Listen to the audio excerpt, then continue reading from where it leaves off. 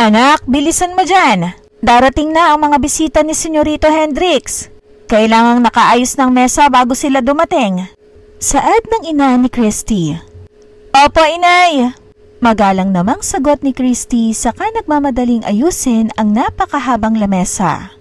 Punong-puno iyon ng masasarap na pagkain. Birthday kasi ng nag-iisang anak ni Hendrix na si Thalia. Magdiriwang ito ng ika-7 kaarawan.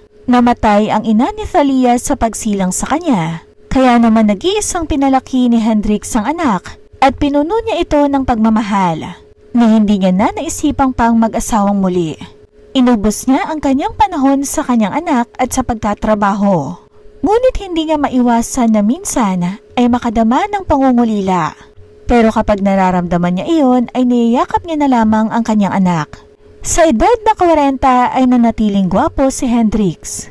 Napakakisig pa rin ito at marami pa ring mga kababaihang nahuhumaling sa kanya. Pero ni isa ay wala siyang pinansin dahil tanging sa anak at trabaho nakatuon ang kanyang atensyon. Abala sa pag-aayos ng lamesa si Christy nang dumating si Hendrix, kasama ang ilang mga bisita. Paisa-isa na ring dumarating ang iba pang mga imbitado. Ang ilan dito ay kaklase at kaibigan ni Thalia. Napalingon si Christy sa binata at hindi niya maiwasang humanga sa angking kagapuhan nito. Ngunit ipinilig niya ang kanyang ulo. Naalala niya na may boyfriend pala siya. Anak, halika na, magsisimula na ang party. Opo, inay. Nakayukong humakbang si Christy kaya hindi niya napansin ang lalaking naglalakad din sa harap niya kaya nabunggo niya ito. I'm sorry po, senyorito. Hindi ko po sinasadya. Nag-aalalang saad ni Christy. Masungit kasi ang pagkakakilala niya sa lalaki. Dahil hindi niya pa ito nakitang ngumiti tuwing sinasama siya ng kanyang ina sa mansyon. Katulong ang kanyang ina sa mansyon ng mga Del Fierro na siyang pag-aari ni Hendrix at sinasama siya nito tuwing may okasyon dahil kailangan ng dagdag na tauhan para sa pag-aasikaso ng lahat ng mga bisita. Tinignan lamang ni Hendrix si Christy at saka siya nito tinalikuran. Suplado, humingi na nga ako ng sorry eh. Bahala ka dyan. Anak, ano ba? Bilisan mo dahil kailangan tayo sa kusina. Tawag ni Aling Anita nang mapansing hindi sumunod sa kanya ang anak. Nariyan na po! Sagot na lamang ng dalaga at nagmamadali na siyang sumunod sa ina. Nang makapasok sa loob ay nakita niya ang anak ni Hendrix na si Thalia.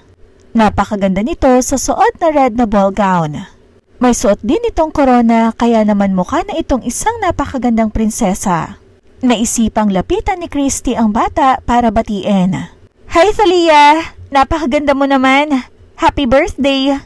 Nakangiting saad ni Christy na hangang-hanga sa ganda ni Thalia. Thank you so much po, Ate Christy. Ikaw din po ang ganda-ganda mo. Kaya nga po sabi ko sa daddy, ligawan ka niya kasi gusto kitang maging mommy. Nabigla at napakunot ng noo si Christy sa narinig. Naku, ikaw talaga kung ano-anong naiisip mo. Totoo po yan, Ate Christy. Ayoko kasi doon kay Tita Fiona eh. Ang sama ng ugali, ang taray-taray pa. Hay nako, hindi ako magugustahan ng daddy mo kasi katulong niyo lang ako. Saka ang bata ko pa para sa daddy mo at lalo na para mag-asawa.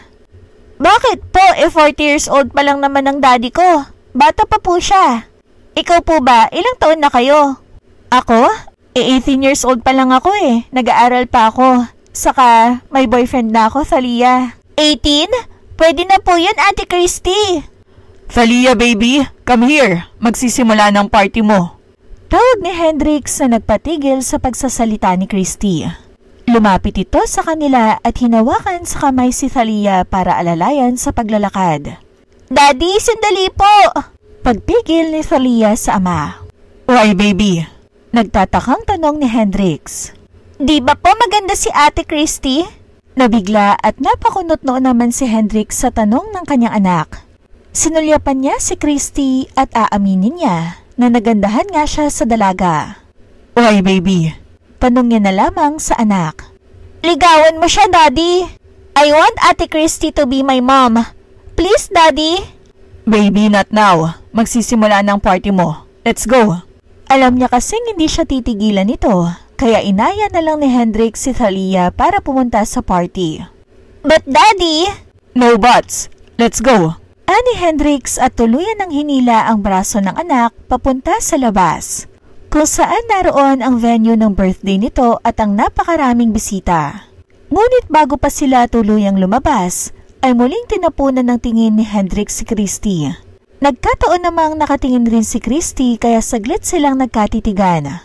Bago tuluyang lumabas ng bahay si Hendrix kasama si Thalia. Pagod na pagod si Christy nang makauwi sila ng kanyang ina. Halos hating gabi na nang makauwi sila dahil inayos pa nila ang mga ginamit sa party. Kaya naman mabilis na nakatulog si Christy sa paglapat pa lamang ng kanyang likod sa papag na kanyang hinihigaan. Samantala, hindi naman dalawin ng antok si Hendrix kahit na kanina pa siya nakahiga sa malambot na kama. Masyado niya kasing namimiss ang kanyang asawa. Bumangon siya at lumabas. Pumunta siya sa kanyang minibar para uminom ng konting wine. Baka sakaling antukin siya. Habang umiinom ay naalala niya sa kanyang isip ang mukha ni Christy. Kamukhang kamukha ito ng kanyang asawa. Kanina ay gusto niya itong yakapin dahil akala niya ay nakita niya ang kanyang asawa. Pero naisip niya na wala na ang kanyang asawa. Kaya nagpanggap siya na hindi niya pansin ang kagandahan nito. Habang nagmumuni-muni ay nagulat siya sa paglapit ni Thalia na akala niya ay natutulog na. "Daddy!" Anito na umiiyak. Nag-alala naman si Hendrix at nilapitan ng anak. Baby, bakit? Anong nangyari? May masakit ba sa'yo, baby? "Daddy, napaginipan ko bukas si Ate Christy eh. Bakit tinawag niya akong anak? Sino siya, Daddy?" It's your mom. Mahal na mahal ka niya, anak. "Pero si Ate Christy po yun, Dad." Magkamukha lang sila, baby. But I know it was your mom. "Daddy, wala ka pa pong gift sa akin para sa birthday ko." Oh, I'm sorry, baby. Naging busy lang ako at hindi ko na pala nagawang bumili ng gift para sa'yo. But don't worry. Ibibili kita tomorrow, kaya matulog ka na. "No need, Dad." But why? Akala ko ba gusto mo ng gift? "Yeah, ba't hindi siya nabibili?" What? Naguguluhang tanong ni Hendrix. Hindi niya maunawaan ang sinasabi ng kanyang anak. "I want Ate Christy, Dad. Siya ang gusto kong irigalo mo sa akin. I want her to be my mom. Please?" Nakikiusap na saad ni Thalia sa kanyang daddy. Hindi makapaniwala si Hendrix sa hinihingi ng kanyang anak. But baby, hindi ganun kadali ang hinihingi mo. Hindi tayo sure kung gusto rin ako ng Ate Christy mo. "Basta, I want her. Magtatampo ako sa'yo kapag hindi mo mabigay ang gift na gusto ko, Daddy." Tila nagtatampong saad ng bata saka nagpapadyak na tinalikuran ang ama. Awang-awa na si Hendrix sa kanyang anak. Alam niya na nangungulila na ito sa isang ina. Pero hindi naman ganoon kadali ang hinihingi nito. Isa pa, batang-bata pa si Christy para asawahin niya. Parang na nga itong panganay na anak. Pero aminado siya na nagagandahan siya dito at humahanga sa dalaga. Pero hanggang doon na lamang yun dahil bata pa ito at hindi siya nababagay dito. Bahala na. Naisatinig ni Hendrix saka muling lumagok ng alak. At pagkatapos ay lumakad na siya papasok sa kanyang kwarto para matulog. Samantala, nagising naman si Christy dahil sa ingay na naririnig sa kwarto ng mga magulang. "Anita!" Sigaw ng kanyang ama. "Christy! Christy! Tulungan mo ako! Ang nanay mo!" Muling sigaw nito. Dahil sa narinig ay mabilis na bumangon si Christy mula sa kanyang higaan at tumakbo papunta sa kwarto ng kanyang mga magulang. "Itay, ano pong nangyari?" "Ang inay mo! Inatake yata sa puso, anak! Tulungan mo ko! Dali natin siya sa ospital!" Ani Mang Tony na alalang-alala na sa asawa. Mabilis nilang nadala sa ospital si Aling Anita at agad naman iyong inasikaso ng doktor. "Dok, kamusta po ang nanay ko?" Agad namang tanong ni Christy nang lumabas ang doktor na sumuri sa kanyang ina. "Sa ngayon ay nailigtas namin sa tiyak na kamatayan ng iyong ina, pero hindi ko masasabing ligtas na siya." "Po? Anong ibig niyo sabihin, Dok?" "Masama na ang lagay ng puso ng nanay mo, kaya kailangan na siyang maoperahan sa lalong madaling panahon." "Bakit, Dok? Ano bang sakit ng nanay ko?" Tanong ni Christy na puno ng takot para sa kalagayan ng kanyang ina. "Ang nanay mo ay may end-stage heart failure, kaya kailangan niyang mag-undergo ng heart transplant surgery. Ito ay ang huling paraan ng paggagamot para sa sakit ng nanay mo. Paliwanag ng doktor. Takot ang rumihistro sa mga mata ni Christy dahil sa sagot ng doktor. Kaya naman nagunahan ang kanyang mga luha dahil sa takot na nararamdaman. Ilang percent ang chance na mabubuhay pang nanay ko, Dok, kapag nag-undergo siya ng surgery? Huwag kang mag-alala. Mayroon pang 88% na makakasurvive ang nanay mo kung maoperahan siya kaagad. Sagot ng doktor. Kaya naman nagkaroon ng kaunting pag-asa si Christy na makakaligtas pa ang kanyang ina. Magkano naman, Dok, ang perang kakailanganin para makapag-undergo ng surgery ang nanay ko? Kakailanganin niyo ng humigit kumulang 10 milyon para sa surgery. Sagot ng doktor na nagpagimbal kay Christy at sa kanyang ama. Maiwan ko na kayo. Saad pa ng doktor bago sila nito iniwan. Napaupo na lamang sa upuan na nasa gilid si Mang Tony habang si Christy ay shock pa rin sa sinabi ng doktor. Saan tayo kukuha ng 10 milyon, Tay? Umiiyak na tanong ni Christy sa sarili at sa kanyang ama. Hindi ko rin alam, anak. Hindi ko alam. Naluluhading sagot ni Mang Tony. Ilang minuto ring walang gustong umimik sa pagitan ng mag-ama hanggang sa magpa siyang umalis si Christy. Saan ka pupunta, anak? Aalis muna ako, Itay. Gagawa ako ng paraan. Diyan na po muna kayo. Ako na ang bahala. Huwag po kayong mag-alala. Pagbalik ko may pera na tayo para sa pagpapa-opera ni nanay. Malungkot na saad ni Christy bago tuluyang iniwan ang kanyang ama. Hindi niya alam kung saan siya pupunta. Pakiramdam niya ay nakalutang siya habang naglalakad sa mga oras na yon. Tuloy-tuloy din sa pagluha ang kanyang mga mata. Maliwanag na nang makalabas siya ng ospital. Christy, kamusta? Kamusta ang nanay mo? Tanong ni Randy, ang long-time boyfriend ni Christy. Sumugod siya sa ospital nang malaman niyang dinala doon ang nanay ni Christy. Randy! Ani Christy sabay yakap sa nobyo. Para bang nakatagpo siya ng kakampi sa mga oras na yon.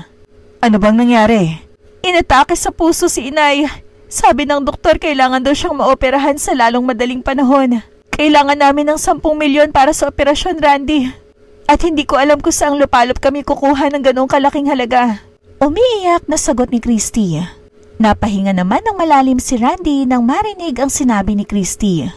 Wala naman siyang maitutulong dahil isa pa lamang siyang working student.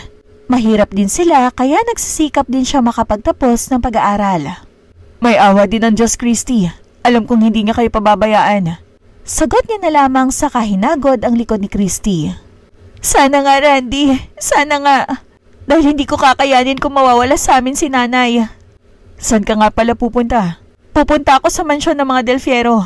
Susubukan kong humingi ng tulong sa amo ni nanay. Gusto mo samahan kita? Wag na. May pasok ka pa eh. Kaya ko na to. Tanggi naman ni Christy. Naka-uniform kasi si Randy kaya alam niyang papasok ito sa trabaho. Oo nga eh. Sige, mamaya paglabas ko sa trabaho dadaan ako ulit dito bago ako pumasok sa school. Huwag ka mag-alala. Malalagpasan niyo rin ito. Sige na, pumasok ka na. Hintayin na lang kita mamaya.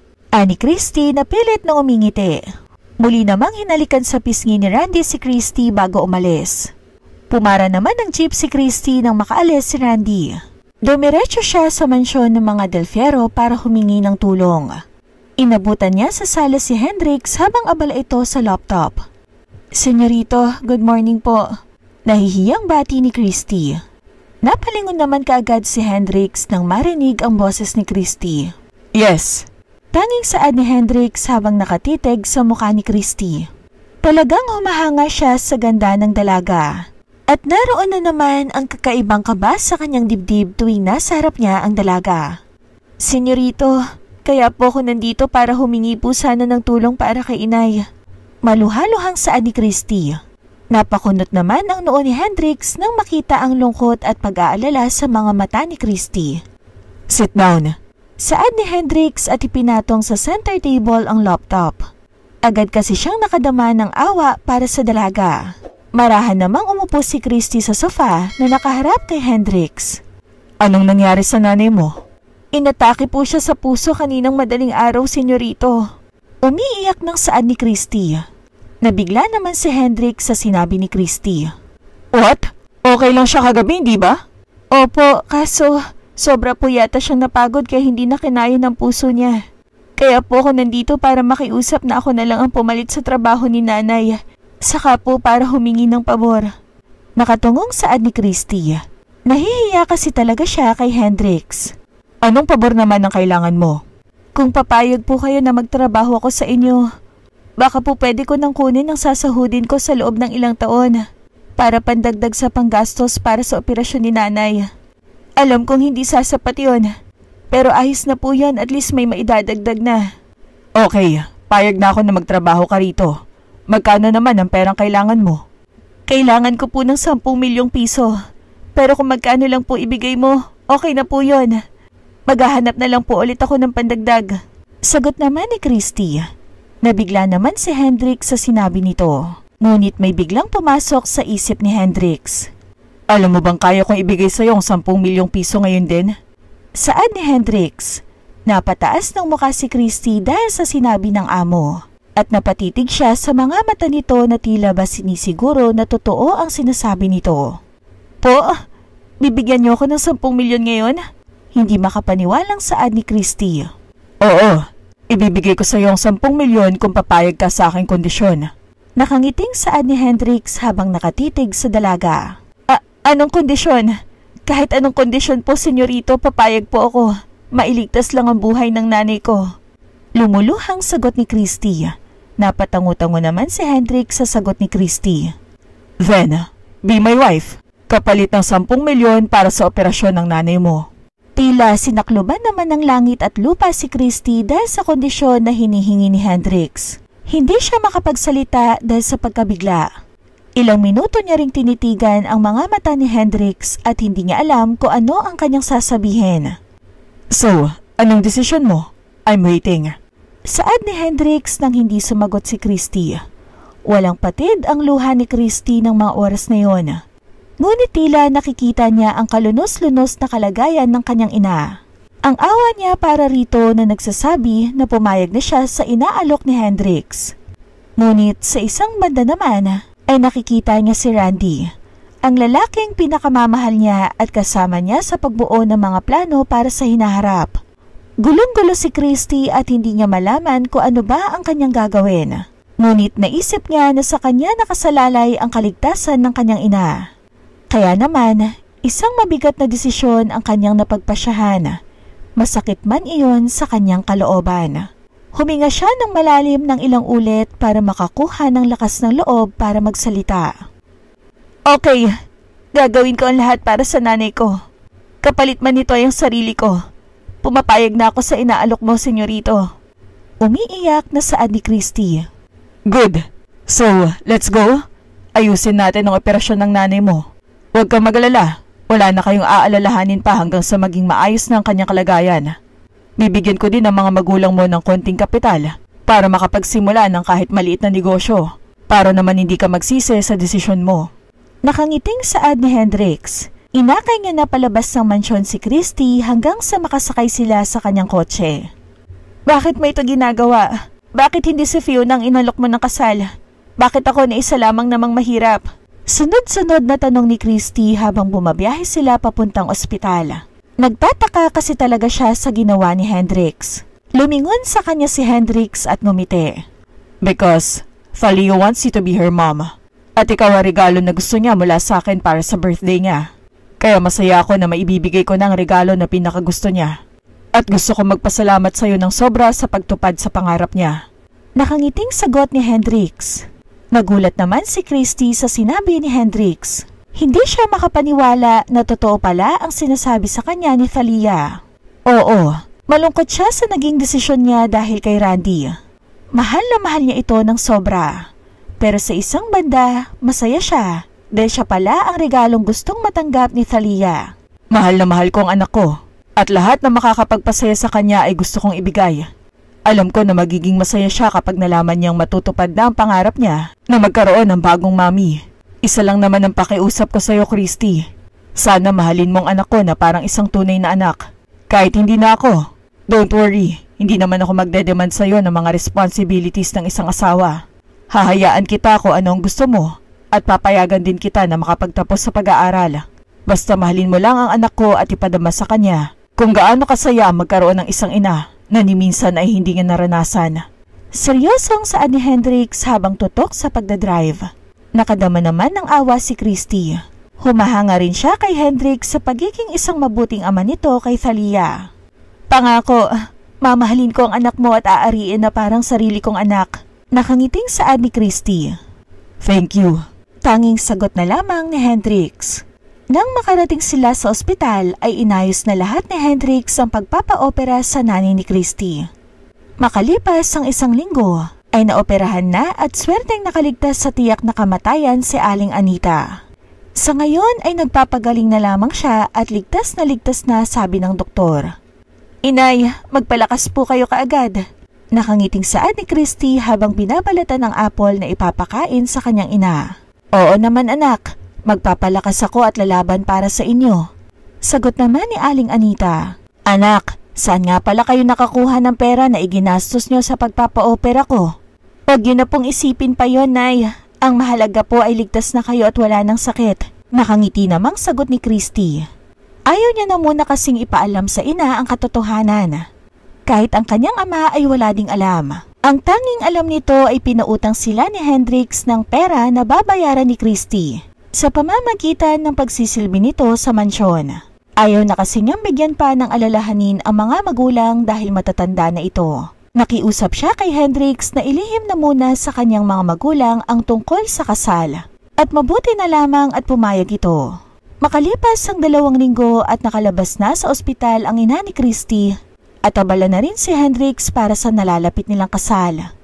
Hanggang ngayon ay hindi niya pa rin masabi kay Randy ang naging desisyon niya. Hindi niya kasi alam kung paano sasabihin sa nobyo ang lahat. Alam niyang hindi ito matatanggap ni Randy. Pero wala na siyang magagawa pa dahil nakompromiso na siya at wala nang atrasan iyon. Kaya mahirap man ay kakayanin niya. Randy, pwede bang magkita tayo ngayon? Saad ni Christy matapos sagutin ni Randy ang kanyang tawag. Sure, saan ba at ano bang meron? Masayang sagot naman ng binata. Napapahinga na lamang ng malalim si Christy. Basta, mamaya mo na malalaman. Doon tayo sa cafe magkita. Mahalaga lang ang pag-uusapan natin. Saad ni Christy saka pinatay ang tawag. Kaagad siyang pumunta sa cafe na sinabi niya at doon hinintay si Randy. Hindi rin naman tumagal ay dumating na ang binata. Nakangiti pa ito at masaya habang papalapit sa kanya. Pigil naman ni Christy ang sarili para hindi maiyak. Kailangan niya maging matapang sa mga oras na iyon para kayanin niya ang sakit ng kanilang paghihiwalay. Kaagad naman siyang hinalikan sa pisngi ni Randy nang makalapit ito. Ano bang pag-uusapan natin, Christy? Kaagad na tanong ni Randy bago maupo. Randy, mahal na mahal kita, tandaan mo yan. Pero, kailangan na nating tapusin ang lahat, Randy. Dahil, ikakasal na ako. Seryosong saad ni Christy habang pinipigil ang maiyak. Ha? Anong ibig mong sabihin? Hindi makapaniwalang tanong ni Randy. Sa sunod na buwan ay ikakasal na ako sa taong pinagkakautangan ko ng buhay ni nanay. Hindi kita maintindihan, Christy. Nang maospital si nanay, nangailangan kami ng malaking halaga. Isang tao ang tumulong sa akin para mailigtas si nanay. Ngunit may isang kondisyon at iyon ay yung pagpapakasal ko sa kanya. Mahal na mahal ko si nanay, Randy, at handa akong isakripisyo ang sarili kong buhay para sa kanya. Kaya, I'm sorry. Tapusin na natin ito. Alam ko na makakahanap ka pa ng babaeng mas nararapat sa'yo at hindi katulad ko. Umiiyak ng saad ni Christy. Huwag naman ganito, Christy. Akala ko mamahal mo ko. Naiiyak na ring saad ni Randy. Halos mag-unahan naman ang luha ni Christy habang hawak ng kanyang 2 palad ang pisngi ng nobyo. Alam ng Diyos kung gaano kita kamahal. Pero buhay ni inay ang nakasalalay sa desisyon kong ito. Kailangan ko magpakasal kay Hendrix dahil siya ang tumulong sa akin para mailigtas ang buhay ng nanay ko. Pero paano tayo? Paano na mga pangarap na binuo natin? Paano na ako? Mahal na mahal kita, Christy, at hindi ko kakayaning mabuhay nang wala ka. Pakiusap. Patawarin mo sana ako, Randy. Pero buo na ang desisyon ko. Magpapakasal ako kay Hendrix dahil iyon ang kapalit ng kaligtasan ni nanay. Alam mo namang wala kaming kakayahang ipagamot si inay. Dahil alam mo namang isang kahig isang tuka lamang kami. Kaya kailangan kong gawin ito. Sana mapatawad mo ko. Iyon nga man dahilan, Christy, o dahil sa mayaman si Hendrix at doon mo makukuha ang mga bagay na hindi ko kayang ibigay sa'yo? Akala ko totoo ka, pero nasisilaw ka rin pala ng pera. Tila galit na saad ni Randy. Isang malakas na sampal ang dumapo sa pisngi ni Randy mula kay Christy. Wala kang karapatang husgahan ang pagkatao ko. Wala kang alam at hindi mo alam ang takot na nararamdaman ko noon habang nakikipaglaban sa kamatayan si nanay. Akala ko mahal mo ko, pero hindi pala at hanggang ngayon ay hindi mo pa rin pala ako kilala. Dapat lang pala talaga na maghiwalay na tayo dahil hindi mo naman pala talaga ako mahal. Galit na saad ni Christy saka tinalikuran si Randy, dala ang sama ng kanyang loob sa binata. Naglalakad pa uwi si Christy habang galit na galit pa rin kay Randy. Sayang lang palang pag-ibig ko para sa lalaking yon. Tama lang palang naging desisyon ko na iwanan siya at magpakasal kay Hendrix. Pabulong na sabi ni Christy. Halos sobra pa rin ang tibok ng puso niya dahil sa nararamdamang galit para sa dating nobyo na si Randy. Nagulat siya nang marinig ang kanyang cellphone. Nagtaka siya na makitang si Hendrix ang tumatawag. Kaagad niya iyong sinagot ang tawag. Hello Hendrix, bakit ka napatawag? Hello Christy, gusto sana kitang i-invite dito sa bahay para sa dinner mamaya. Ngayon kasi ang plano na sabihin kay Thalia na ikakasal na tayo. At gusto ko kasama kita pag sinabi ko sa kanya. Pwede ba? Oo naman, sige darating ako. Masaya namang sagot ni Christy kahit mabigat pa rin ang loob nito sa nangyaring paghihiwalay nila ni Randy. Nakangiti siya hanggang sa makarating sa bahay na kaagad namang napansin ng kanyang mga magulang. Aba, mukhang masayang anak namin ah, saad ni Aling Anita habang nadatnan niya itong nanonood ng TV sa sala. Bigla namang nahiya si Christy ngunit hindi niya pa rin maalis ang ngiti sa mga labi. Wala po ito, Nay. Masaya lang po ako, Inay, kasi binigyan po pala tayo ni Hendrix. Ni senyorito ng pera ng pangpuhunan para daw po makapagsimula kayo ni tatay ng kahit maliit na negosyo. Tulong niya daw po ito sa inyo dahil naging mabuting kasambahay ka raw po niya. Talaga anak? Nako, napakabuti talaga ni senyorito Hendrix. Manang-mana siya sa kanyang yumaong mga magulang. Iparating mo sa kanya anak ang pagpapasalamat ko ah. Opo, Inay. Sagot naman ni Christy. Masaya siya na makitang nagiging mabuti na ang kalagayan ng kanyang ina. At iyon ay utang niya kay Hendrix. Nay, kung sakaling ikasal ako sa mga susunod na buwan, papayag po ba kayo? Tanong ni Christy. Nagulat naman si Aling Anita sa sinabi ng ina. Anong ibig mong sabihin anak? Nagtatakang tanong nito. Wala po Inay, gusto ko lang malaman kung okay lang ba. O magagalit kayo kapag nagpakasal ako ng maaga. Natatawang sagot ni Christy. Parang gusto niya na kasing umamin sa mga magulang dahil hindi siya sanay na nagsisinungaling. Aba, kung ako ang tatanungin ayoko pa sana. Pero sa'yo naman yan. Buhay mo yan at ikaw ang nakakaalam kung anong gusto mong gawin. Kung kami ng tatay mo wag mo na sana dahil bata ka pa. At gusto pa naming makapagtapos ka ng pag-aaral. Para naman balang araw hindi mo nadaranasin ang hirap na katulad ng dinadanas natin ngayon. Pero ikaw pa rin anak ang masusunod. Dahil kung saan ka masaya ay hindi naman kami hahadlang doon. Pero sana ipag-isipan mo muna ng mga 10 beses. Payo naman ni Aling Anita at hindi naman nakasagot si Christy. Bakit anak? Mag-aasawa ka na ba? Nag-propose na ba si Randy? Po? Hindi po si Randy, Nay. Wala na po kami. Kung ganoon, ay sinong papakasalan mo? Nagtatakang tanong nito. Hindi nakasagot agad si Christy at nakatitig lamang siya sa ina ng ilang segundo. Anak! Untag ni Aling Anita sa anak nang mapansing nakatulala ito. Sino ba ang lalaking papakasalan mo? Si Hendrix po, Inay. Diretsang sagot ni Christy. Napamulagat ang mga mata ni Aling Anita nang marinig ang sagot ni Christy. Ano? Si Senyorito Hendrix? Paanong nangyari? Hindi makapaniwalang tanong ni Aling Anita. Para hindi na maguluhan pa si Aling Anita ay nagpasya na si Christy na aminin sa mga magulang ang totoo, lalo na at nalalapit na ang kanilang kasal. Tinawag niya ang kanyang ama at ikwinento ang lahat. Ayaw niya kasi na may itinatago dahil hindi siya sanay na naglilihim sa mga magulang.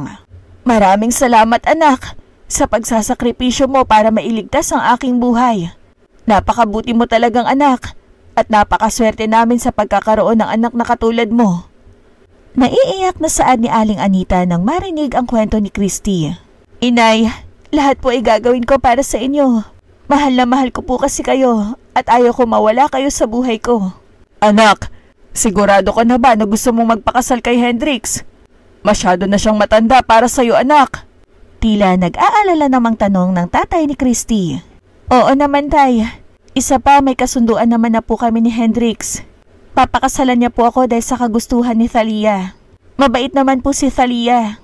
Kaya alam ko magiging masaya ako na maging mommy niya. Oh siya, sige. Sana maging masaya ka sa piling ng mga Del Fierro. Kailan ba ang inyong kasal? Sa susunod na buwan na po, tay. Masaya po ako na kayo ni nanay ang maghahatid sa akin sa altar. Ililihim ko po sana ito sa inyo. Kaso naisip ko na magulang ko kayo. At karapatan yung malaman ang lahat at kayo lang at wala nang iba ang dapat na maghahatid sa akin sa altar. Masayang saad ni Christy sa kaniyakap na lamang siya ng kanyang mga magulang na naging masaya na rin para sa kanya.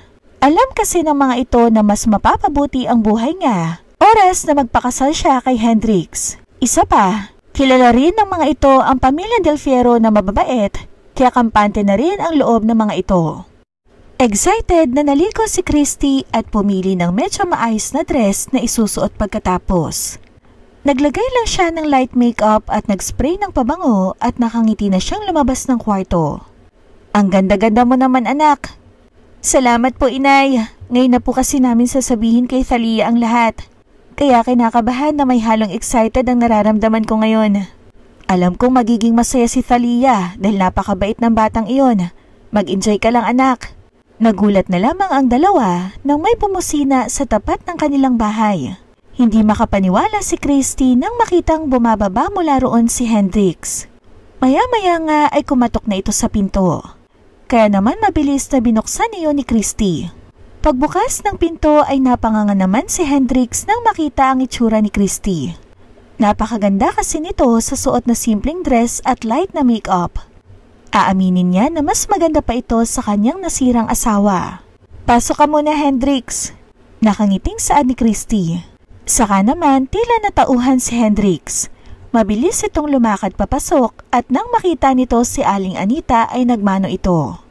Naku, senyorito, masaya ako na makita ka. Gusto ko palang magpasalamat sa tulong na ibinigay mo. Saka huwag kang mag-alala. Pumapayag na kami na ikasal sa iyo ang aming anak. Alam ko naman kasi na mabait ka at magiging masaya sa inyo si Christy. Masayang saad ni Aling Anita. Nagtaka si Hendrix sa sinabi nito kaya napatingin siya kay Christy. Kaagad namang naunawaan ni Christy ang ibig sabihin ng tingin ni Hendrix. Sinabi ko na ang lahat, Hendrix. Ayoko kasi nang naglilihim. Hindi kasi ako sanay magsinungaling kaya sinabi ko na. Alam ko na nagtataka ka dahil ako nakiusap na ilihim na muna natin. Kaso ako din naman ang hindi nakatiis. Huwag kang mag-alala, ayos naman ang lahat. Ganon ba? Walang problema. Ako man ay ayoko nang may inililihim. Walang anuman po, Aling Anita. Naging mabuti naman po kayong kasambahay kaya okay lang po yun. Saka hindi po kayo dapat magpasalamat dahil may kapalit naman po ang lahat na binigay ko. Kay Christy kayo magpasalamat dahil isa siyang mabuting anak. Ngumiti na lamang si Christy sa mga sinabi ni Hendrix. Oo nga, tama ka, senyorito. Napakaswerte namin sa aming anak. Kaya sana alagaan mo siya at huwag mong sasaktan. Pakiusap. Pangako, Aling Anita, hindi ko siya sasaktan. Sagot ni Hendrix habang nakatitig kay Christy. Hindi naman maunawaan ni Christy kung bakit kakaiba ang dating ng titig na iyon ni Hendrix. Kumabog tuloy ang puso niya na para bang may lulukso. Feeling niya ay kinikilig siya sa tingin na iyon ni Hendrix. Habang si Hendrix naman ay kakaiba rin ang nararamdaman habang tinititigan niya si Christy. Namumula kasi ang mga pisngi nito na para bang napakasarap pisilin at halikan. Kakaiba rin ang tibok ng kanyang puso na nararamdaman niya tuwing nariyan si Christy sa harap niya na hindi niya man lang nararamdaman kay Fiona. Si Fiona na halos si pagduldulan na ang sarili sa kanya, mapansin niya lang ito. Umubo-ubo na si Aling Anita nang mapansin ang kakaibang tinginan ni Christy at Hendrix. Alam niya at nararamdaman niya na may pagtingin na ang dalawa sa isa't isa na hindi nalalaman ng mga ito. Saka naman tila natauhan ang dalawa dahil sa pag-ubo-ubo ni Aling Anita. Okay lang po ba kayo, inay? Tila biglang nag-aalala na saad ni Christy. Okay lang ako, anak. May napansin lang ako kanina na ikinatuwa ko. Siya. Lumayo na kayo at baka naghihintay na si Thalia. Mag-iingat kayo. Natatawa na lamang na sagot ni Aling Anita. Sige po, aalis na po kami, Inay. Darating na rin naman po yun si tatay at nandyan naman na po mga kapatid ko. Bye-bye po. Paalam ni Christy saka sila umalis. Inalalaya naman ni Hendrik si Christy na makasakay sa kotse. Hinawakan niya ito sa braso at kapwa nila naramdaman ang kuryente na tila ba dumaloy mula sa pagkakahawak ni Hendrik sa kanyang braso hanggang sa buo nilang katawan. Pagkasara naman ni Hendrik sa pinto ay saka siya sumakay at nagsimulang mag-drive. Awkward ang nararamdaman nila, kaya katahimikan ang namagitan sa kanilang dalawa na walang sino man ang gustong bumasag doon hanggang sa makarating sila sa mansyon. Muli ay inalalayan ni Hendrik si Christy na makababa. Daddy! Masayang sigaw ni Thalia nang makitang papasok sina Hendrix at Christy. Baby! Masaya namang saad ni Hendrix at agad na hinalikan sa pisngi at kinarga si Thalia nang makalapit ito. Ate Christy, bakit ka po nandito? Kasama mo po ba siya, Daddy? Yes, baby. Hi, Thalia. Kamusta? Hello, Ate Christy. Bakit ka po nandito saka bakit ka kasama ng daddy ko? Baby, later na namin sasabihin sa'yo. May surprise kami para sa'yo, baby. Sagot naman ni Hendrix. Manang, nakahanda na ba ang dinner? Baling na tanong ni Hendrix sa katulong. Opo, senyorito. Nakahanda na po. So, let's go? Ayan ni Hendrix sa kanya hinawakan sa kamay si Christy habang karga sa isang kamay si Thalia. Halos pagpawisan naman si Christy habang hawak ni Hendrix ang kanyang kamay. Parang gusto niya nang aminin na nahuhulog na siya sa senyorito dahil sa kakaibang pakiramdam na dulot nito sa pagkatao niya. Pinaupo ni Hendrix si Thalia sa right side at sa kanya naman hinila ang upuan sa left side para kay Christy. Pagkatapos ay umupo na rin siya sa pinakagitna ng dalawa. Inasikaso naman ng mga katulong si Thalia. Nagulat na lamang si Christy nang lagyan ng kanin ni Hendrix ang kanyang pinggan. Nakasabay din ang paglagay niya ng kanin sa pinggan nito. Nagkatitigan na lamang sila at sabay na napangiti. Kaya itinuloy na lamang nila ang kanilang ginagawa. Habang kumakain ay biglang nagsalita si Thalia. Daddy, ano po bang surprise niyo sa akin? Kanina pa ako naghihintay, wala naman kayong binibigay o sinasabi. Napangiti naman sina Christy at Hendrix. Okay, sorry baby.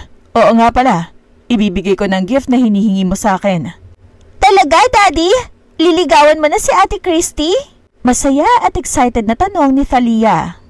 Hindi lang liligawan, baby. Ikakasal na rin kami at magiging mommy mo na si Christy. Napamulagat ang mga mata ni Thalia at tila hindi makapaniwala. Napatayo ito mula sa kanyang upuan at mabilis na lumapit sa kanyang daddy.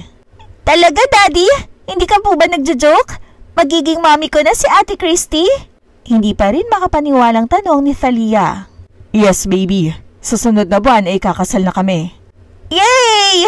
May mommy na ulit ako! Yay! Thank you, Daddy! Thank you, Ate Christy! Can I call you mommy mula ngayon?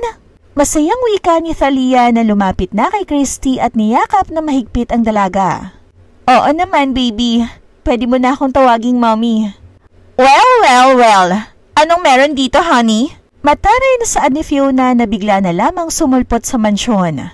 Lumapit ito kay Hendrix at hinalikan ang lalaki sa mga labi. Habang hinahalikan naman ni Fiona si Hendrix ay napatingin naman ito kay Christy. Hindi niya maunawaan kung tama ba ang nakita niya na tila nasasaktan ang dalaga sa nakikita. Kaya naman kaagad niyang inilayo ang labi mula sa labi ni Fiona. Fiona, what are you doing here? Honey, kanina pa kasi ako tawag ng tawag sa'yo. Pero hindi ka sumasagot. Nag-alala ako kaya napasugod na ako dito. Natakot kasi ako na baka may nangyaring kung ano na sa'yo. Siya nga pala, bakit nandito ang maid niyo at kasabay niyo pa talagang kumain? Feeling family ah. Supladang wika ni Fiona habang tinitignan si Christy na puno ng panglalait. Fiona, ano ba? May pinag-uusapan kaming mahalaga rito at hindi ka namin kailangan. Can you please leave? Galit na saad ni Hendrix. Hindi niya maunawaan kung bakit nasasaktan siya sa ginagawang panglalait ni Fiona kay Christy. Tila nasaktan naman si Fiona sa sinabi ni Hendrix sa kanya. Honey, nagagalit ka sa akin dahil sa babaeng yan? Bakit? Ano bang pinag-uusapan yung mahalaga na hindi ko pwedeng marinig? Fiona, wala tayong relasyon para mag-inarte ka ng ganyan. Wala akong responsibilidad sa'yo para ipaliwanag ang lahat ng mga ginagawa ko. Kaibigan lang kita at wala kang pakialam sa personal life ko. Galit ng saad ni Hendrix. Childhood friend ni Hendrix si Fiona. Anak si Fiona ng business partner ng daddy niya. Alam niya na noon pa lang ay may pagtingin na ang dalaga sa kanya. Minsan niya na ding sinubukan at pinilit na mahalin ito, pero wala talaga siyang maramdaman para rito. Kaya kahit naman ipagsiksikan na ni Fiona ang sarili sa kanya ay hindi niya magawang mahalin ito. Hanggang ngayon ay pinipilit pa rin ni Fiona na mahalin siya ni Hendrix at feeling nito ay may relasyon na silang dalawa. Kahit na hanggang kaibigan lamang ang kayang ibigay ni Hendrix. Bakit ba hindi mo ako magawang mahalin, Hendrix? Lahat naman binibigay ko sa'yo, hindi ba? Ano pa bang kulang? Ano bang kulang sa akin, Hendrix? Umiiyak na saad ni Fiona.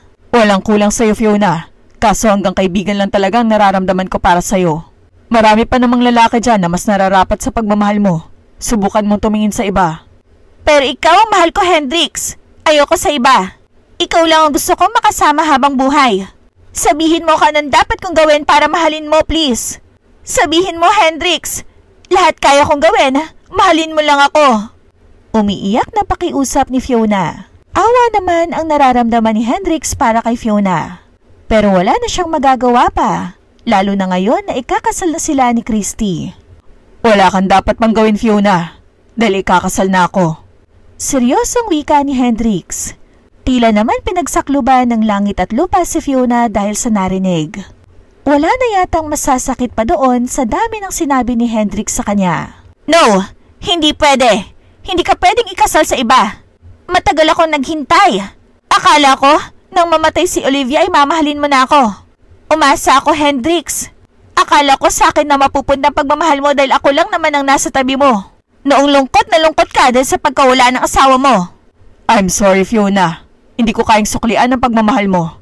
I'm sorry. Puno ng awa si Hendrix para sa dalaga. Pero ano nga ba ang magagawa niya? Hindi nga naman pwedeng pilitin ang puso niya na mahalin ito. Hindi! Hindi! Hindi ako papayag na mapunta ka sa iba! Sino ba ang babaeng yun, Hendrix? Sino?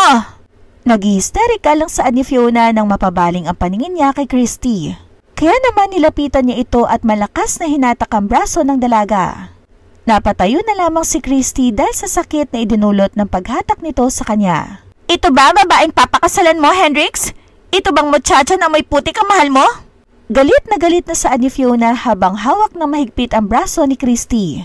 Sobra namang nag-aalala si Hendrix kay Christy dahil sa ginagawa ni Fiona.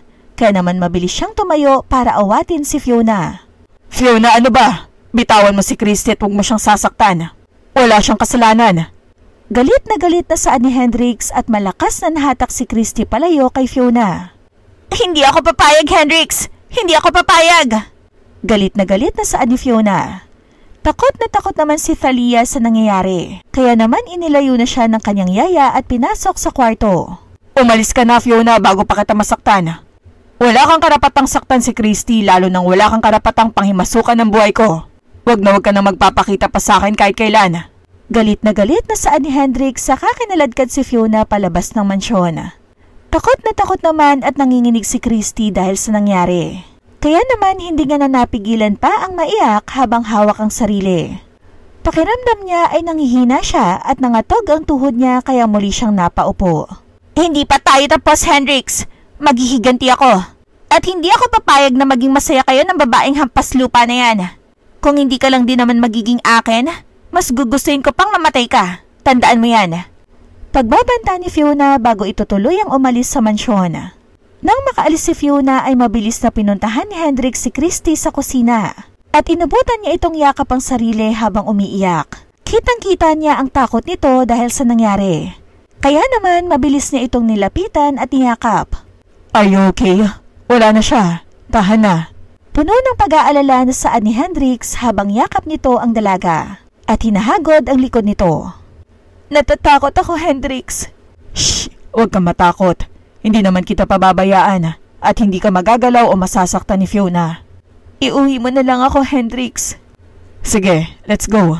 Ika naman ni Hendrix at inalalayan niya na ang dalaga sa pagtayo. Hanggang sa makalabas sila sa mansyon. Katahimikan ang namagitan sa kanilang dalawa hanggang sa makarating sila sa bahay ni na Christy. Salamat sa paghatid, Hendrix. Mag-iingat ka pa uwi.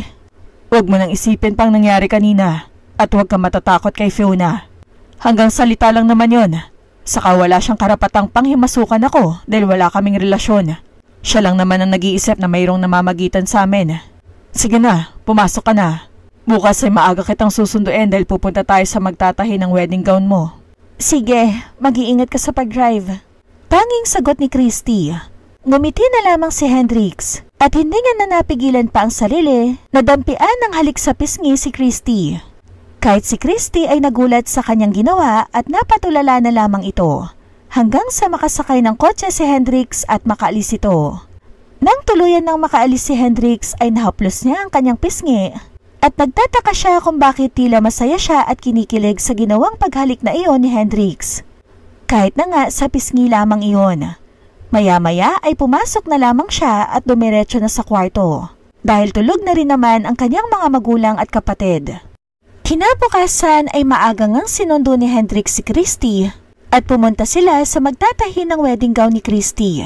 Pinasukat ng mananahe yung isang ready-made na gown para tignan kung babagay kay Christy ang disenyo noon.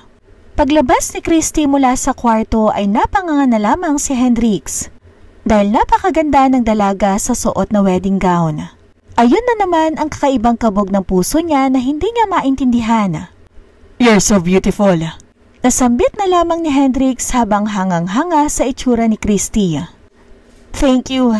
So, ganyan disenyo po ba ang gusto mo, Mr. Del Fierro? Tanong ng magtatahi ng gown ni Christy. Yes, ganyan ang gusto ko. Bagay na bagay sa kagandahan ni Christy. Okay, sir. Sagot naman ng mananahe.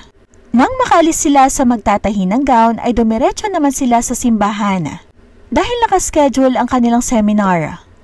Ang pag-aasawa ay hindi basta-bastang desisyon. Maraming mga bagay-bagay ang dapat na sinasaalang-alang. Dapat buo ang inyong loob at handang ialay ang sarili para sa taong pakakasalan. Ngayon, ipakita ninyo ang inyong kadalisayan ng loob. Kung talagang gusto nyo nang makasal sa isa't isa sa pamamagitan ng isang masuyong halik, dapat ay maramdaman ninyo ang pagmamahal para sa isa't isa. Dahil kung hindi, mag-isip-isip na kayo kung itutuloy nyo pa ba ang pagpapakasal. Sabi ng pare na nagsiseminar sa kanila. Nagulat naman at kinabahan si Christy dahil sa pinapagawa ng pare. Ngunit wala silang choice kundi ang sumunod sa pinapagawa nito. Nagkatitigan muna sila ni Hendrix ng ilang minuto at dahan-dahan ay lumalapit ang mukha ni Hendrix sa mukha niya. Napakalakas ng tibok ng puso ni Christy na kulang na lamang ay tumalon ito mula sa kanyang dibdib. Hanggang sa napapikit na lamang siya nang maglapat ang labi ni Hendrix sa kanyang labi. Hindi nila pareho maunawaan ang kanilang nararamdaman kung bakit parang nagkakaintindihan ang kanilang mga puso. Habang pinagsasaluhan nila ang napakatamis na halik na yon. Hanggang sa napakapit na si Christy sa batok ni Hendrix habang dinadama pa rin ang halik nito. Tumagal ng kung ilang minuto ang halik na yon at ganoon na lamang ang kanilang hiya nang makita nilang pinapanood na pala sila ng lahat habang nagsasalo sa halik na yon. Agad na nagbitiw si Christy at napatungo na lamang siya dahil sa hiya. Habang napapangiti na lamang si Hendrix dahil sa sayang nararamdaman niya. Umiibig na nga yata siya sa dalaga. Nang magbitiw ang dalawa ay nagpalakpakan ang lahat ng tao sa kwartong iyon. Halos gusto na lamang matunaw ni Christy ng mga oras na yon dahil sa kahihiyan. Iyan, ganyan ang tunay na nagmamahalan. Hindi lang sila ang nakakadama, kundi pati ang mga nasa paligid nila. Ramdam niyo ba ang wagas na pag-ibig nila para sa isa't isa? Nakangiting tanong ng pari sa iba pang magkakapareha na nagsiseminar din. Teka sandali, wagas na pagmamahalan? Ako? In love na kay Hendrix? Tanong ni Christy sa kanyang isipan. Naguguluhan na siya sa nangyayari sa kanya. Ang tanging alam niya lang kasi ay magpapakasal siya kay Hendrix dahil sa isang kasunduan. Hindi dahil sa mahal niya ito. Mahal na nga rin kaya niya ang binata at totoo kaya ang naramdaman niya. Habang hinahalikan siya nito kanina, kakaiba kasi ang naramdaman niya kanina. Para bang mahal na mahal siya ni Hendrix sa pamamagitan lamang ng paghalik nito. So, hindi na nila kailangan pang pag-isipan pa kung itutuloy pa ba ang kasal o hindi na.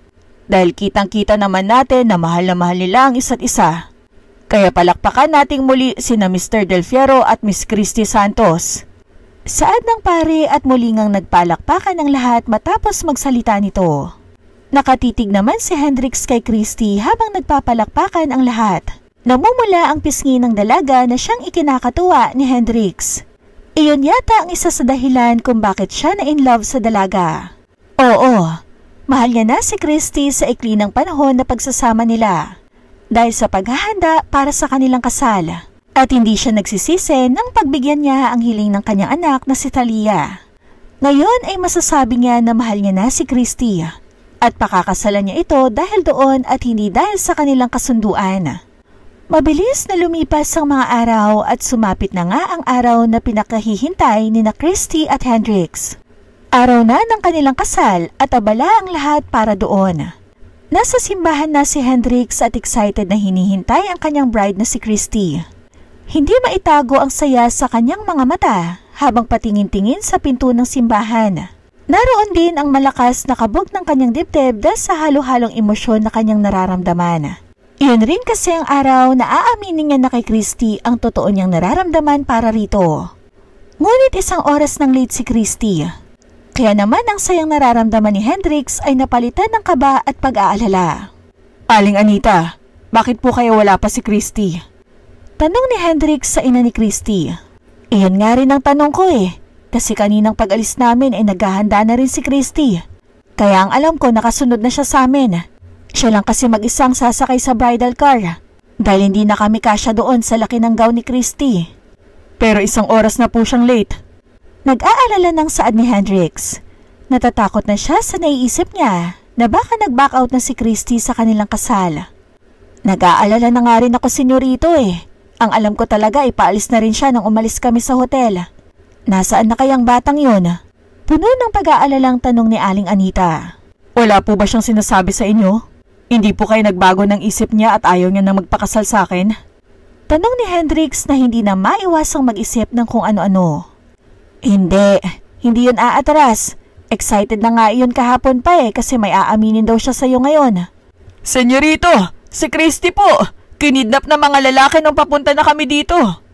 Bigla po kaming hinarang at tinutukan ako ng baril habang pilit namang kinukuha ng iba si Christy. At isinakay sa kanilang van. Akala ko nga po papatayin ako Takot na takot at humahangos na wika ni Mang Celso, ang driver ng bridal car na sinakyan ni Christy. Ano? Sino? Saan dinala si Christy? Puno ng pag-aalalang saad ni Hendrix. Sinundan ko po sila. Dinala nila si Christy sa isang bakanting building sa barangay sa Quezon City. Kaagad na inutusan ni Hendrix ang kanyang mga tauhan at agad silang pumunta sa bakanting building na sinabi ni Mang Celso. Pagdating nila sa lugar ay tahimik iyon, kaya patago silang pumasok doon upang hanapin kung saan dinala si Christy. Habang patagong naghahanap ay bigla na lamang may pumukpok sa batok ni Hendrix. At kaagad nagdilim ang kanyang paningin at hindi niya na alam ang mga sumunod pang nangyari. Nagising siya sa loob ng isang kwarto na nakatali na ang kamay sa likod. Nilibot niya ang kanyang paningin at nakita niyang nasa likuran niya lamang si Christy na nakatali rin ang kamay sa upuan. Christy, anong ginawa nila sa'yo? Sino may kagagawa nito? Sagot ni Christy na hindi na natapos dahil sa biglang pagdating ni Fiona kasama ng mga tauhan nito. Gising ka na pala, honey. Oh, may sugat ka sa mukha, honey. Parang baliw na saad nito at hinaplos ang dumudugong noo ni Hendrix. Fiona, anong ibig sabihin nito? Well, isa lang ang ibig sabihin nito, honey. Hindi ako papayag na makasal ka sa babaeng hampas lupa na yan. Akin ka lang. At kung hindi ka magiging akin, ay mas gugustuhin ko na lang na tapusin kita. Kaysa sa mapunta ka sa iba at isasama ko ang babaeng yan. Saad ni Fiona saka ito humalakhak ng napakalakas na parang isang baliw. Baliw ka na, Fiona. Pakawalan mo kami dito dahil parating na rin ang aking mga tauhan. Huwag mo nang hintayin na may mangyari pang masama sa'yo. Ha? Ang mga tauhan mo? Wala na silang lahat. Ubos na sila kaya wala na kayong ligtas sa lupit ng aking paghigante. Magsasama kayo sa impyerno. Galit na saad ni Fiona na tila ba nag-aapoy ang mga mata. habang palihim namang tinatanggal ni Hendrix ang tali sa kanyang kamay. At ikaw na babae ka? Mauuna ka sa impyerno. Galit pa rin saan ni Fiona saka sinabunutan ang buhok ni Christy. Baliw ka, Fiona. Bakit mo ba pinagsisiksikan ng sarili mo sa taong ayaw naman sa'yo at hindi ka naman mahal? Matapang ka? At bakit? Mahal ka ba ni Hendrix? Hindi rin naman, di ba? Papakasalan ka lang niya dahil sa kagustuhan ni Thalia. At lalong-lalo na dahil sa utang mo sa kanya. Ang kapal ng mukha mo. Nangutang ka na nga, ikaw pa ang papakasalan. Nasaktan naman si Christy dahil sa sinabi ni Fiona. Totoo naman, dahil hindi naman talaga siya mahal ni Hendrix. Kaya naman napaluhan na lamang siya. Ano? Masakit ang katotohanan, di ba? Na hindi ka kailanman mamahalin ni Hendrix dahil wala naman talagang puso ang taong yan. Kaya wala yung kakayahang magmahal. Hindi totoo yan. Mahal ko si Christy kaya ako siya papakasalan. Galit na sigaw ni Hendrix. Parehong nabigla sina Fiona at Christy at hindi sila makapaniwala sa sinabi ng lalaki. Hindi totoo yan. Ako lang ang dapat mong mahalin. Matagal ako naghintay na mahalin mo. Ako ang dahilan sa pagkawala ng asawa mo para mawala siya sa buhay mo. Dahil akala ko mamahalin mo rin ako kapag nawala siya. Ano? Napakasama mong babae ka. Anong ginawa mo sa asawa ko? Halos maiyak ng saan ni Hendrix. Hindi niya kailanman naisip na si Fiona ang dahilan ng pagkawala ng kanyang asawa. Ang alam nila ay namatay ito matapos ipanganak si Thalia. Gusto mong malaman kung paano? Well, ilagyan ko lang naman ng lason ang swero niya matapos niyang ipanganak si Thalia. Pati nga sana si Thalia eh. Kaso hindi mo siya iniiwanan kaya hindi ko nagawa. Napakawalang hiya mong babae ka. Mananagot ka sa ginawa mo sa asawa ko. Baliw ka! Nanggigigil at galit na saan ni Hendrix. Well, sorry. Dahil hindi mo na maipaghihiganti pa ang asawa mo dahil magsasama na kayo ngayon. Ani Fiona at itinutok ang baril kay Hendrix. Sakto namang nakawala si Hendrix sa kanyang pagkakatali kaya kaagad niyang nahawakan ang kamay ni Fiona at nag-agawan sila ng baril. Christy! Nag-aalala namang saan ni Randy na biglang sumulpot doon. Matapang niyang nilabanan ang mga tauhan ni Fiona. Randy, anong ginagawa mo rito? Hindi makapaniwalang tanong ni Christy habang pinapanood si Randy na makipaglaban sa mga tauhan ni Fiona. Narito ako para iligtas ka, Christy. Napangiti naman si Christy sa pag-aalala sa kanya ni Randy. Hanggang sa pumutok ang barel na pinag-aagawan ni Fiona at Hendrix. Gayon na lamang ang takot ni Christy sa pag-aakalang si Hendrix ang tinamaan. Hendrix! Sigaw ni Christy na puno ng takot. Ngunit dahan-dahan na bumabagsak si Fiona sa sahig. Sumuko na kayo kung ayaw niyong mapahamak! Sigaw ng isa sa mga pulis na nakapalibot na pala sa lugar na yon. Kanya-kanya namang taas ng kamay ang mga tauhan ni Fiona. Agad namang pinuntahan ni Hendrix si Christy at akmang tutulungan niya itong matanggal ang pagkakagapos sa kamay. Nang magkasabay sila ni Randy sa naisip na gawin. Nagkatinginan sila at si Randy na ang nagpaubaya. Habang tinatanggal ni Hendrix ang tali sa mga kamay ni Christy ay pinapanood naman ito ni Randy. Masakit ngunit wala siyang magagawa. Lalo pang dumagdag ang sakit nang yakapin ni Christy si Hendrix habang umiiyak. Doon ay alam niya na mahal na ito ni Christy at wala na nga siyang pag-asa pa. Tatalikod na sana si Randy nang makita niyang tinutukan ng baril ni Fiona si Christy. Kaya naman mabilis siyang tumakbo palapit sa dalaga para saluhin ang bala na para rito. Christy! Sigaw ni Randy na siya namang pagputok ng baril ni Fiona.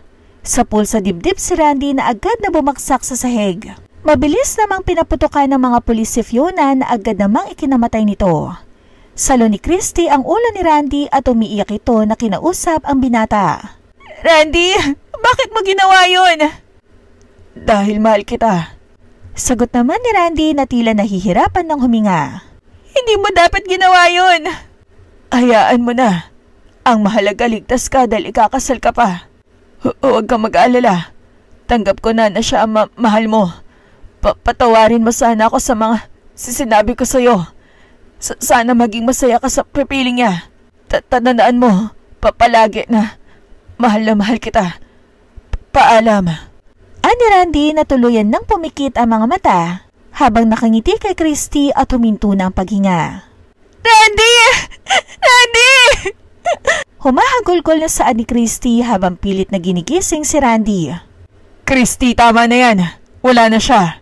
Sigurado naman ako na masaya siya kung saan man siya naroroon dahil nailigtas ka niya. Saad naman ni Hendrix at inalalayan niya nang tumayo si Christy at niyakap. Kasalanan ko to! Wala kang kasalanan. Kasalanan ito lahat ni Fiona. Tayo na. Saad naman ni Hendrix at inakay na si Christy palabas ng building na yon. Hindi na muna nila itinuloy ang kasal dahil sa mga nangyari. Hinayaan muna ni Hendrix na makalimutan lahat ni Christy ang nangyari. Makalipas ang ilang buwan, ay inaya ni Hendrix si Christy na pumunta sa Boracay para magbakasyon. Kaagad namang pumayag si Christy para naman makasagap siya ng masarap na hangin. Mahabang oras ang binyahin nila hanggang sa makarating sila sa Boracay. Wow! Ang ganda naman dito! Bulalas ni Christy nang bumaba siya mula sa sasakyan. Kasing ganda mo. Napatingin si Christy kay Hendrix at nagulat siya na makita itong nakaluhod sa harap niya na may hawak na maliit na box. Hindi siya makapaniwala nang makita ang laman noon nang buksan iyon ng binata. Napatakip siya sa bibig dahil napanganga siya dahil sa paghanga. Christy, alam ko na hindi ko pa ito nasasabi sa'yo mula't mula. I love you, and will you marry me? Ani Hendrix habang namumungay ang mga mata. Hindi makapaniwala si Christy sa mga nangyayari. Kaya naman hindi nga na napigilan pa ang maluha. I love you too, Hendrix. And yes, I will marry you. Masaya ngunit naluluhang saad ni Christy. Agad namang sinuot ni Hendrix ang singsing sa daliri ni Christy at mabilis siyang tumayo at hinagkan ang mga labi ni Christy. Nagulat na lamang si Christy nang marinig ang palakpakan sa paligid. Hindi siya makapaniwala na naroon ang buo niyang pamilya at si Thalia. Inakay ni Hendrix si Christy papunta sa loob ng resort. At lalo pang nagulat si Christy nang may lumapit sa kanya at sinuotan siya ng damit pangkasal. At hinila siya patakbo ni Hendrix sa may tabing dagat kung saan naroon ang iba pang mga bisita at may paring naghihintay sa kanila. Napakaganda rin ng pagkakaayos ng lugar na iyon na talaga namang nagustuhan ni Christy. Punong-puno ng sunflower ang lugar at talaga namang mapapahanga ang lahat sa perpektong pagkakaayos noon. Noon din ay kinasal sina Hendrix at Christy. At masayang nagsama na punong-puno ng pagmamahalan sa isa't isa.